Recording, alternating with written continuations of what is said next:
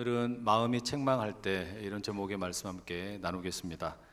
많이들 더워하시는 것 같아서 옆에 있는 분들과 우리 시원하게 인사 한번 하고 말씀 나누면 좋겠는데요. 성령의 시원한 바람이 함께 하시길 축복합니다. 성령의 시원한 바람이 함께 하시길 축복합니다. 누가복음 18장에 보면 어떤 부자 청년이 예수님께 찾아와 이런 질문을 합니다. 선생님, 내가 무엇을 해야 영생을 얻을 수 있습니까? 그러자 예수님께서는 계명을 지켜라 라고 답변을 하시죠.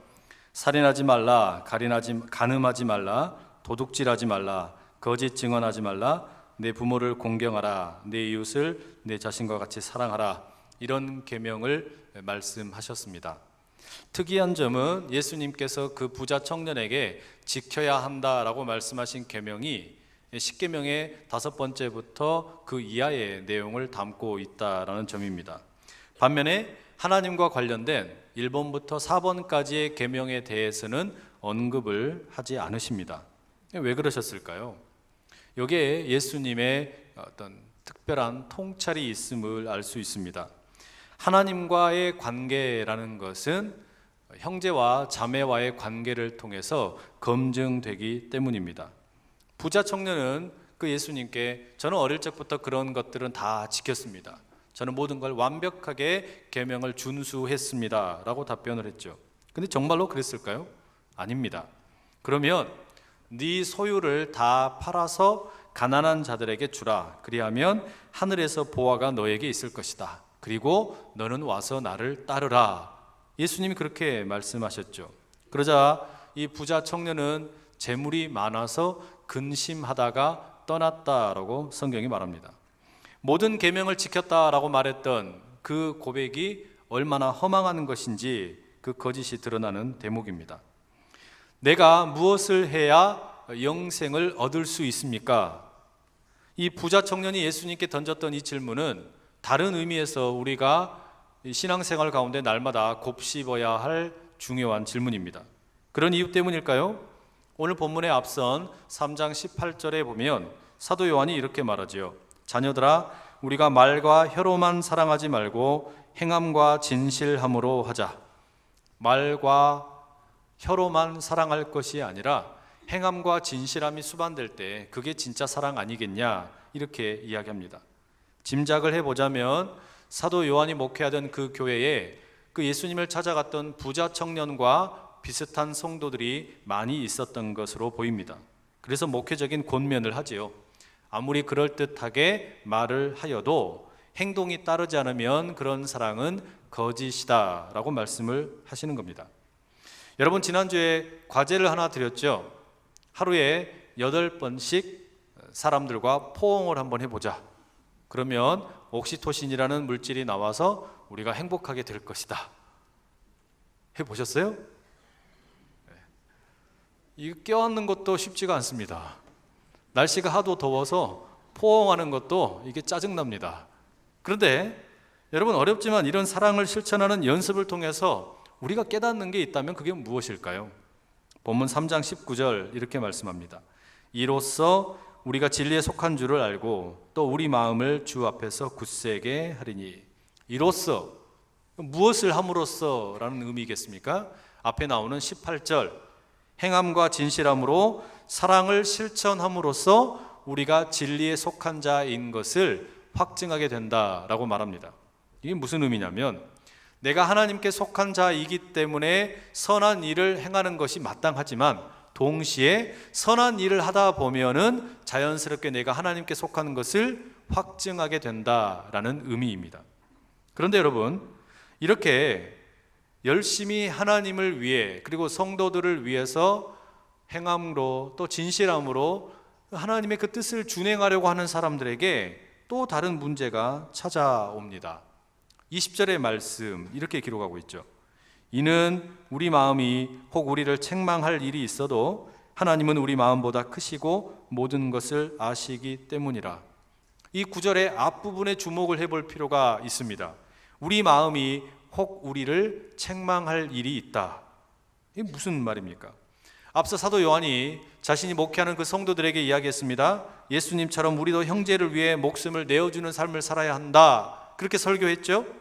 말이 아니라 행함과 진실함이 필요하다. 그렇게 설교했습니다. 그런데 그렇게 살아가는 사람들에게 예수님처럼 형제를 위해 목숨을 내어주려고 하고 말만 하는 것이 아니라 행함과 진실함으로 사랑하려고 하는 사람들에게 마음이 책망을 할 때가 있다라고 말하는 겁니다.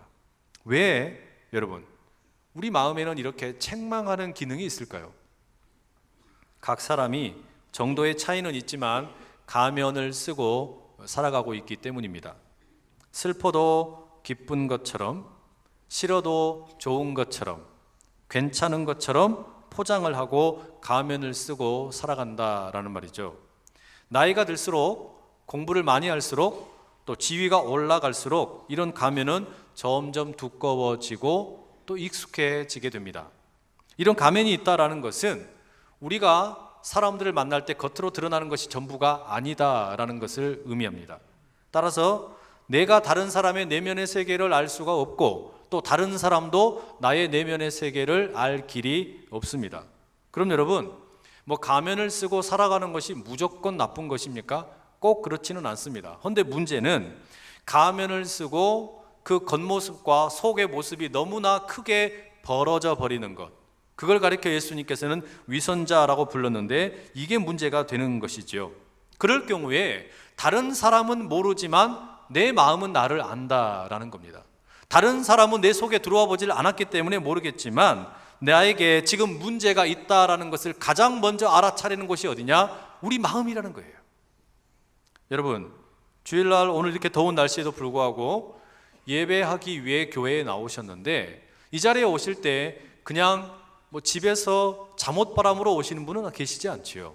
깨끗하게 세수도 하시고 머리도 단정하게 빗으시고 예쁜 옷을 입고 오셨습니다. 옆에 계신 분 한번 보십시오. 은혜로워 보이죠? 깔끔해 보이죠? 다 괜찮습니다. 그런데 사실은 괜찮지 않습니다. 괜찮아 보이는 겁니다. 화가 난 사람도 있고 마음이 불편한 사람도 있고 부부간에 다툼을 했는데 교회이기 때문에 내색을 하지 않는 분들도 수두룩합니다. 겉으로는 거룩하고 은혜롭지만 실상은 가면을 쓰고 있는, 여기 앉아 계신 분들 많이 있는 거 제가 잘 압니다. 타인은 이런 속마음을 몰라요. 그러나 우리 마음은 안다라는 것이죠. 찬양대에서 오늘 귀하게 아름다운 찬양 들려주셨잖아요. 정말 아름다운 찬양 부르셨는데 그런데 그와 어울리지 않게 마음에 기쁨이 없는 경우가 있어요. 그래서 고민 아닙니까? 일터에서도 마찬가지입니다. 학생들을 가르치는 교사 선생님들, 학생들을 최선을 다해서 마음을 다해서 가르쳐야겠지요? 그런데 때로는 학생들 참 귀찮습니다. 왜 저렇게 까불어대는지 모릅니다. 그러다 보면 그냥 기계적으로 대하기 쉽습니다. 매장에서 손님을 맞는 분들도 그렇죠. 웃는 얼굴로 활짝 스마일 하면서 사람들을 맞이하지만 귀찮을 때가 있습니다. 짜증이 날 때가 있어요. 제일 귀찮은 게 사람일 때가 있다는 말이에요. 우리 마음이 그렇다는 말입니다. 그러다 보면 자연스럽게 기쁨이 사라져버리고 얼굴에는 가면이 씌워지게 됩니다. 게다가 여러분, 우리의 영적인 상태는 어떻습니까? 남은 모르지만 우리 마음은 우리의 영적인 상태를 참 잘 압니다. 지난 주일 예배 이후에 오늘 이 시간에 처음으로 성경을 펼쳤다는 사실은 본인만 압니다. 지난 주일 이후에 일주일 만에 처음으로 기도했다라는 사실도 본인만 압니다. 지난 주일 이후에 처음으로 찬송을 부른다는 것도 자기 자신만 안다라는 말이죠. 이런 것은 남들은 절대로 알 수 없는 나만 알고 있는 자신의 실상이라는 것이죠. 이와 같은 상황에 대해 사도 요한이 말합니다. 우리 마음이 혹 우리를 책망할 때가 있다. 여러분, 이 마음의 책망이라는 것이 어떤 겁니까? 여기 사용된 이 책망이라는 이 헬라어는 카타기노스코라는 단어인데요, 신약성경 전체를 통틀어서 갈라디아서 2장 11절과 오늘 본문에만 사용되는 특이한 단어입니다. 본래 의미는 어떤 거짓된 내용을 알고 있다, 그래서 내가 책망한다, 고발한다, 비난한다, 고소한다, 유죄를 선언한다, 이런 의미를 담고 있습니다. 마음이 우리에게 그렇게 고발을 하고 책망을 하고 비난을 하겠다라는 겁니다. 이 마음이 책망하는 이 기능, 이건 어떤 의미에서는 맹자가 이야기했던 이 마음의 생각하는 기능과 유사한 면이 있는 것처럼 보입니다. 생각하면 얻고 생각하지 않으면 얻지 못한다. 맹자가 남긴 유명한 말입니다. 무엇을 얻는다는 말인가? 생각을 해서 무엇을 얻는가? 맹자는 사람이 본래 타고난 아주 바른 어떤 성품이 있다라고 말하죠. 인의예지, 인자함, 의로움, 애절, 지혜, 이런 것들은 본래 사람의 속에 감추어져 있는 선한 본성이다라고 말합니다. 그런데 그것이 그냥 가만히 내버려 두면은 현실이 되지 않지만 그것을 생각을 하고 또 생각을 하다 보면 현실이 된다. 그게 마음의 생각하는 기능이라는 겁니다. 비슷하지 않습니까? 그런데 여러분, 여기서 오늘 우리가 본문 가운데 주목하고 싶은 또 하나 중요한 것은 20절에서 마음이 책망한다고 할 때 이 대상이 누구냐라는 거예요. 마음이 찾아가서 책망을 하고 고발을 하고 유죄다라고 말하는 그 사람들이 누구냐? 18절과 19절에 언급된 사람들이겠죠? 행함과 진실함으로 예수님을 닮아보려고 애쓰는 사람들, 그리고 다른 사람을 사랑하고 섬기려고 하는 사람들, 이런 사람들에게 마음의 책망이 있다라는 겁니다. 그러니까 그냥 이기적으로 살아가는 사람들은 마음의 책망이라는 게 아예 없어요. 그런 사람들에게는 마음이 가서 무슨 유죄를 선포하고 고소할 일이 하나도 없다라는 말입니다. 해봐야 통하지 않으니까. 그런데 왜 이런 사람들에게 열심히 행함으로 진실함으로 예수님을 닮아보려고 하고 영적인 성숙을 도모하는 사람들에게 마음이 정죄를 합니까? 왜 책망을 합니까? 신실하게 살아보려고 노력하기 때문이죠. 예수님과 어떻게든 더 가까워져 보려고 노력하고 있기 때문입니다. 하나님과의 깊은 사귐을 추구하고 영적인 교제를 추구하기 때문입니다. 누구나 영적인 성숙을 원하는 사람이라면 이런 마음의 책망을 경험할 때가 있다라는 말입니다. 예수님처럼 살려고 하다 보니까, 또 조금이라도 더 다른 사람들을 섬겨보려고 하다 보니까 그 마음의 책망이 생긴다, 이런 의미라는 말이에요. 여러분, 우리가 때로 그렇게 선하게 살고 싶어서 노력하다가 이런 마음의 재판을 만나게 되면 정말 어렵습니다. 마음이 힘들어집니다. 내가 꼭 이렇게 계속해서 살아야 되나라는 생각이 드는 거예요. 도와주어야 할 형제를 돕지 못했을 때, 도울 수 있었는데 외면했을 때, 더 도와줄 수 있었는데 적당히 도와준 경우, 여러분, 이런 경우는 남들은 몰라요. 그런데 나는 알아요. 내가 더 할 수 있었는데, 내가 최선을 다할 수 있었는데 최선을 다하지 못했다. 그것을 나는 알기 때문에 내 마음이, 야, 너 그러고도 그리스도인이냐? 너 그러고도 예수 믿는 사람이냐? 이렇게 마음이 우리를 고발하고 책망한다는 말이죠. 소방관들이 가장 힘든 것이 이런 마음의 책망이라고 하지 않습니까?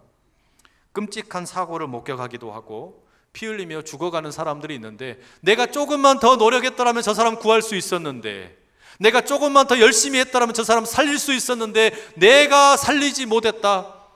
그런 생각 때문에 여러분, 이 소방관들이 스스로를 자책하고 힘겨워한다라고 말하죠. 이런 걸 가리켜 외상 후 스트레스 증후군이라고 말하더라고요. 목회자도 그렇습니다. 성도를 위해서 기도해야 하는데, 열심히 기도해야 하는데 마음을 다해서 기도하지 못했다, 자책할 때가 있습니다. 모든 성도를 공평하게 대해야 하는데 그러지 못했다라고 스스로 책망할 때가 있습니다.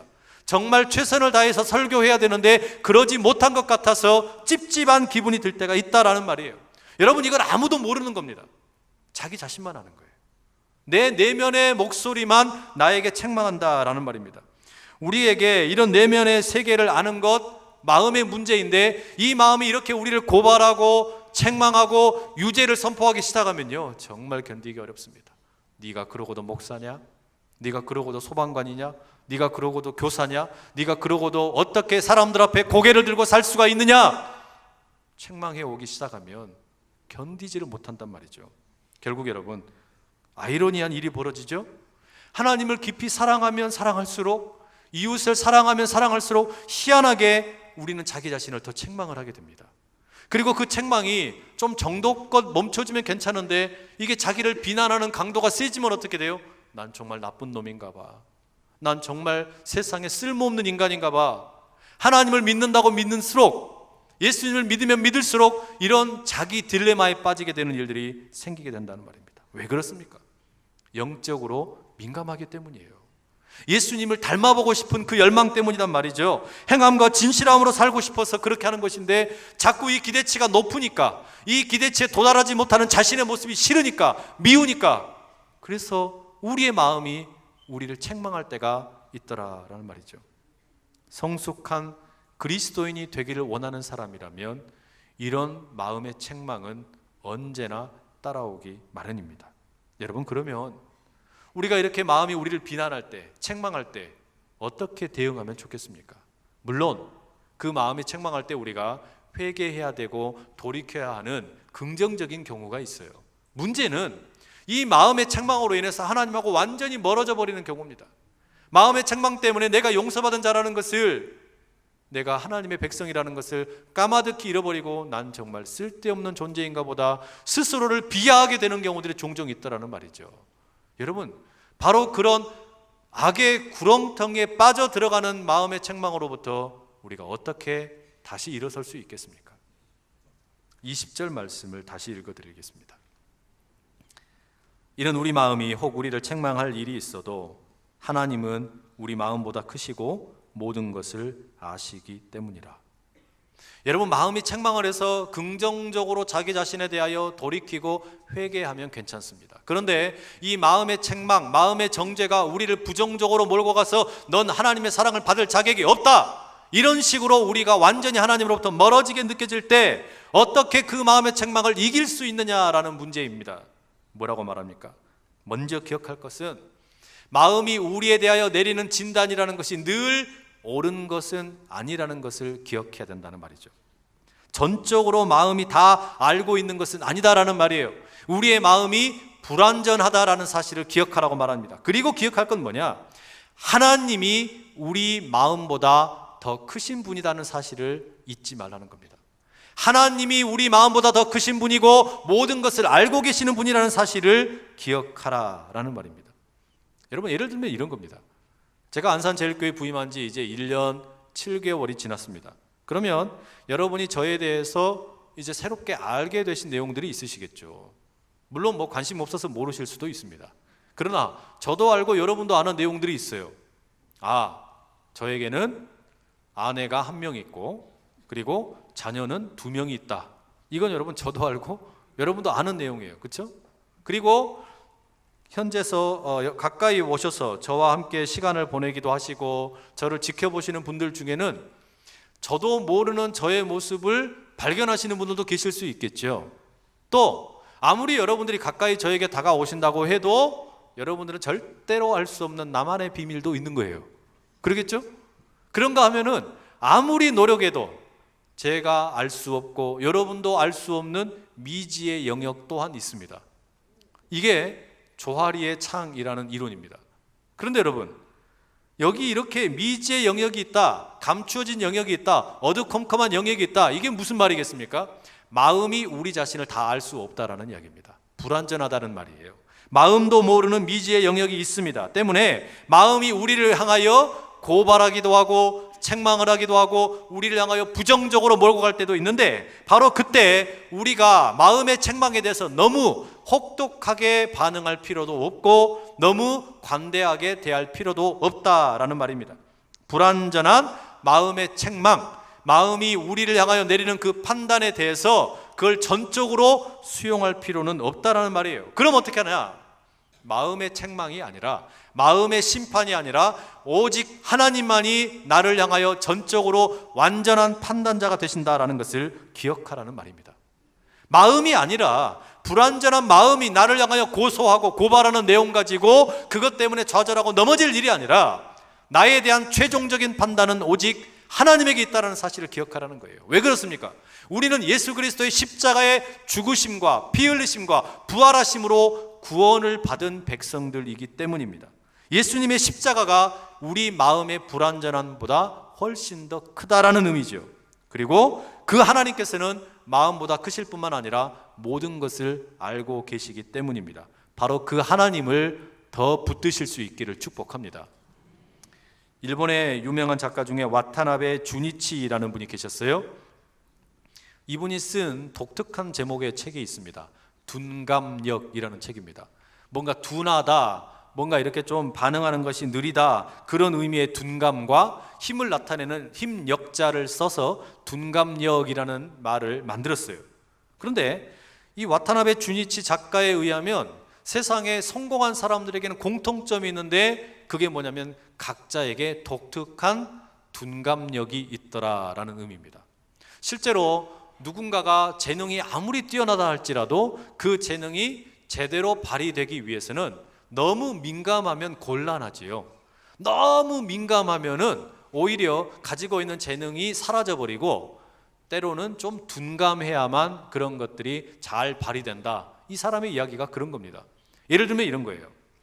여러분, 우리가 종종 뉴스에서 어떤 사람들이 단체로 식중독에 걸렸다 이런 이야기를 듣게 되는 경우가 있죠. 그런데 그렇게 전체 모든 사람들이 다 식중독에 걸려서 뭐 막 여러 가지 불편함들을 호소하게 되는데 유독 그런 경우에 아무렇지도 않은 사람들이 있습니다.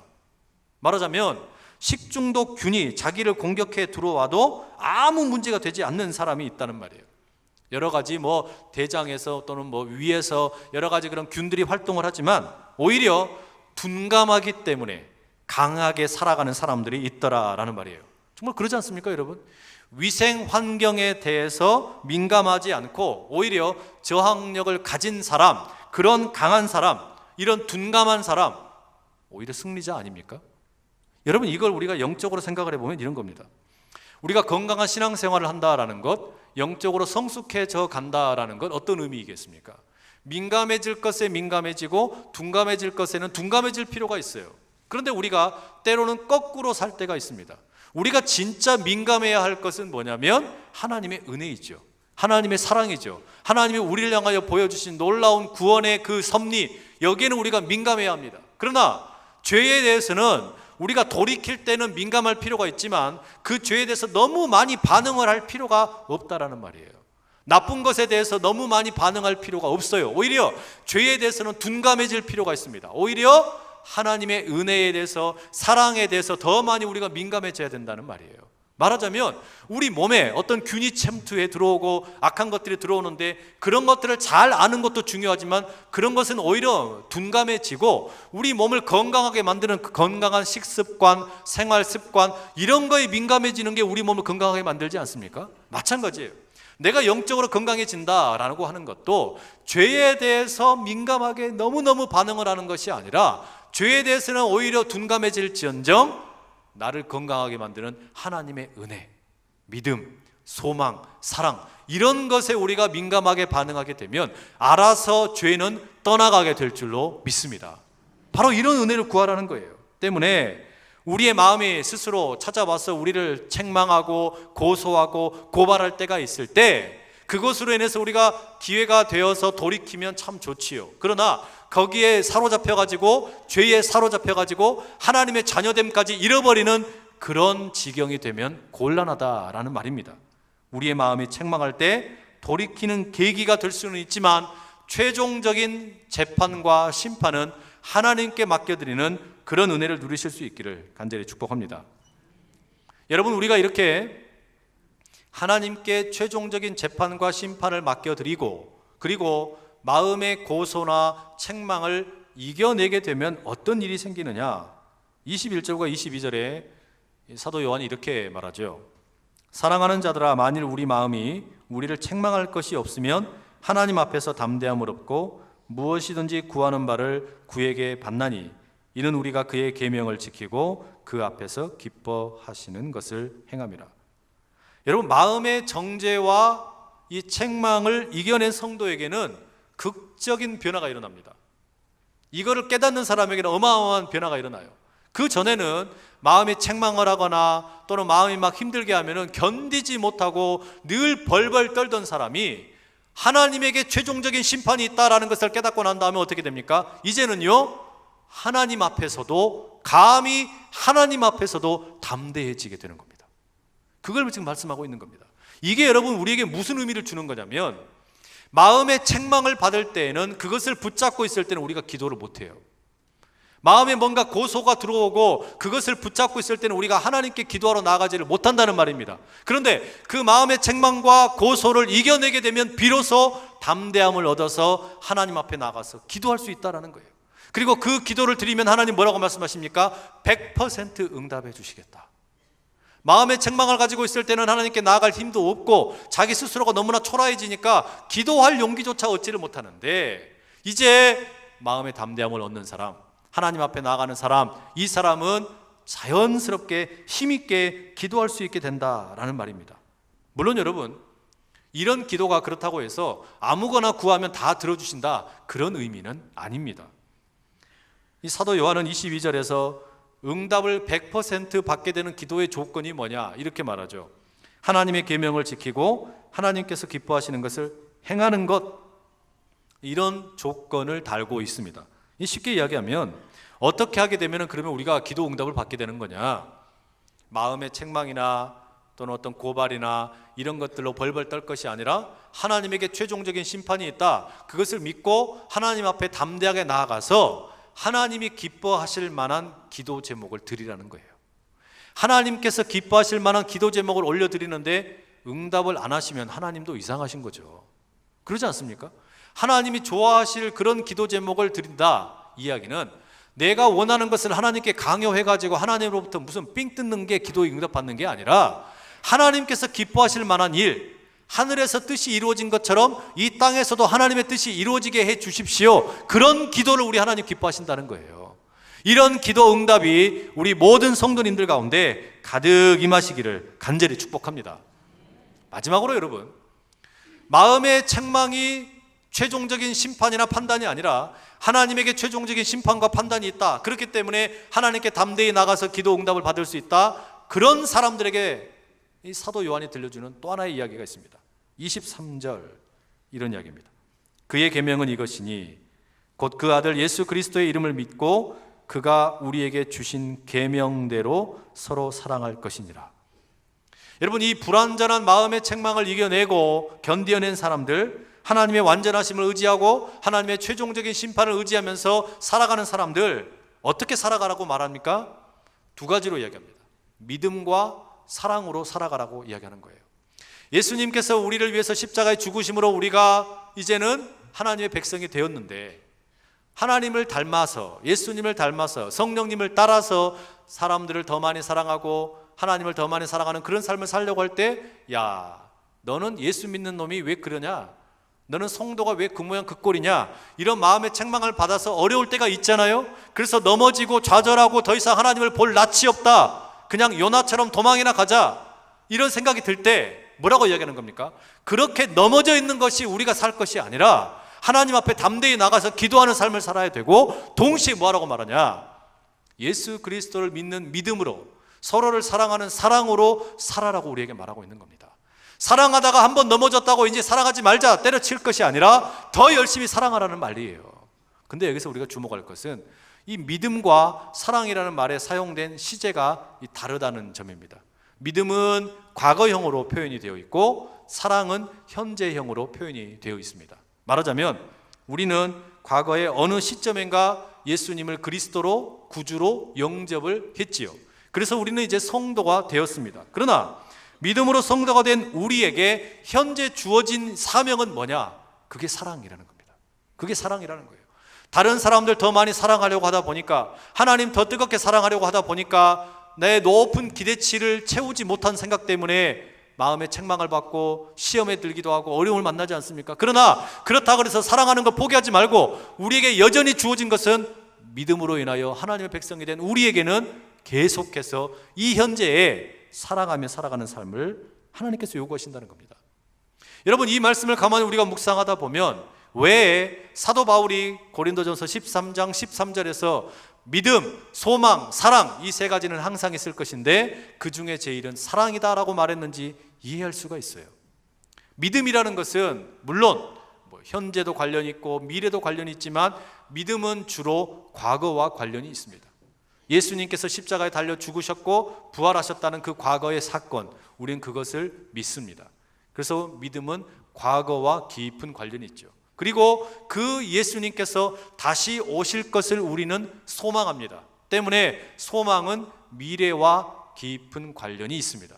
이렇게 과거와 깊은 관련이 있는 믿음, 미래와 관련이 있는 소망, 이 믿음과 소망을 붙들고 살아가는 현재 우리에게 주어진 과제가 뭡니까? 그게 사랑이라는 거예요. 그게 사랑이에요. 예수님께서 나를 위해서 죽으셨대, 그걸 믿는 사람, 그리고 예수님께서 다시 오신대, 그걸 소망하는 사람은 오늘 현실을 어떻게 사는 거냐? 사랑하다가 넘어져도, 사랑하다가 마음이 책망을 해도 다시 용기 내어 사랑하는 사람일 줄로 믿습니다. 이 사랑의 용기 붙들고 살아가는 사람, 나 하나님 더 사랑하고 싶었고 내 주변에 있는 사람들 더 사랑하고 싶었는데 그러다 보니까 부족한 모습이 있어서 마음이 책망해서 힘들 때, 그렇다 그래서 하나님 떠날 것이 아니라 그대로 포기하고 그 마음의 책망 앞에 무릎 꿇을 것이 아니라 다시 일어나서 힘들어도 이 삶의 현실 앞에 다시 사랑하겠다, 내가 다시 사랑하며 살겠다, 이 다짐이 저와 여러분 가운데 울려 퍼질 수 있기를 간절히 축복합니다. 그렇게 될 때 여러분, 우리는 하나님의 자녀답게 정말 귀하게, 너 어떻게 살다 왔니? 물으실 때, 예 주님, 저는 주님께서 나를 위하여 죽으셨던 것을 믿었고 주님이 다시 오심을 소망하면서 하루하루 사랑하며 살았습니다. 이 고백으로 우리의 삶을 주님께 올려드릴 수 있기를 간절히 축복합니다. 우리 시간에 같이 함께 기도하기 원하는데요, 예수님을 닮고 싶어서, 영적으로 성숙하고 싶어서, 하나님을 더 많이 사랑하고 싶고 이웃들을 더 많이 사랑하다 보면 자연스럽게 내 안에 부족한 것이 너무나 눈에 많이 띄게 되고 그것을 우리 마음이 고발하고 책망할 때가 있습니다. 그러나 그것 때문에 넘어지지 마시고, 하나님, 이 한 번 넘어진 것으로 인해서 좌절하지 말고 다시 일어나 다시 더 뜨겁게 사랑할 수 있는 내가 되게 하여 주시옵소서. 우리 그런 마음의 소원을 가지고 주여 힘있게 세 번 외치고 같이 기도하며 나갑니다. 주여, 주여, 주여. 사랑하는 아버지 하나님, 아버지 하나님, 마음의 책망이 우리에게 찾아올 때, 마음이 우리를 고소할 때, 고발할 때, 정죄할 때, 넌 어떻게 예수 믿는 자가 그것밖에 되지 못하냐고, 넌 왜 그렇게밖에 못했냐고 우리를 책망할 때, 아버지 하나님이 넘어지지 않게 하시고 그대로 포기하지 않게 하시고 다시 일어나 담대함을 가지고 하나님께 나가 기도하며 응답받는 삶을 살게 하시고 다시 주님 붙들고 믿음으로 소망으로 이 현실 가운데 사랑하며 살아가는 우리 될 수 있도록 주여 우리를 불쌍히 여겨 주시옵소서. 그 사랑 앞에 날마다 힘있게 나가는 주의 백성들 다 되게 하여 주시옵소서. 사랑하는 주님, 때로 우리의 마음이 스스로를 책망하고 정죄할 때가 있습니다. 예수님처럼 되고 싶었고 이웃을 더 많이 사랑하고 싶었는데 넌 왜 그렇게 살지 못했냐고, 왜 너의 사랑은 늘 그렇게 모자라냐고 우리의 마음이 정죄하고 책망할 때, 성도의 삶이 불완전하다고 책망을 받을 때 우리는 너무나 힘겨울 때가 있습니다. 그러나 주님, 이 불완전한 마음이 아니라 완전하신 우리 주님을 바라보며 담대함을 얻게 하시고 그 담대함으로 주님께 기도하며 아뢰며 나가는 복된 삶이 되게 하여 주시옵소서. 나아가 주님, 과거 주님께서 나를 위해 죽으셨던 그 주님의 희생과 부활을 믿고 다시 오실 주님을 소망함으로 오늘 우리에게 주어진 삶 가운데 힘껏 사랑하며 살기를 다짐하는 모든 주의 백성들 되게 하여 주시옵소서. 예수 그리스도의 이름으로 기도드립니다.